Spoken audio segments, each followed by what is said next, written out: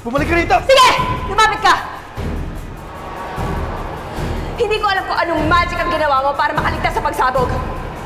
But this time, sisiguraduhin ko na hindi ka na makakaligtas. Ito yung gusto mo, di ba? Yung nakikita kami nag-aaway-aaway? Ano klase ugali meron ka? Muntik mo na kami sirain sa tina noon. Hindi na ako papayag ngayon. Lumahayag kayo! Ang pangit niya! Wala akong pinanama sa nangyari sa iyo. Ano yun? Bigla na rin sumipot yung mga tauhan ng nanay mo. Hindi ko alam ng mga lalaki niyo. Hindi ko alam kung paano kayo natuntun. Basta ang alam ko, wala akong pinanama dyan. Sigurado kung hindi mo ang nanay ko. Narinig ko ang sinabi ni Angeli at ni Maris. Sila nagpasunog ng restaurant para madiin si Johnny. Akala nila walang nakakarinig. Akala nila walang nakakita. Pero nakita nila ako.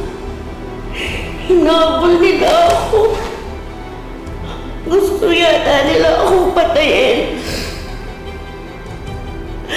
Ang huling naaalala ko, tinulak ako ni Maris sa ilog. Napakasama mong tao. Napakasama mo!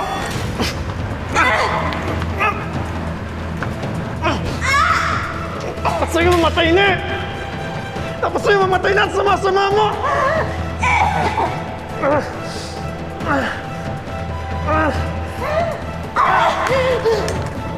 Sige!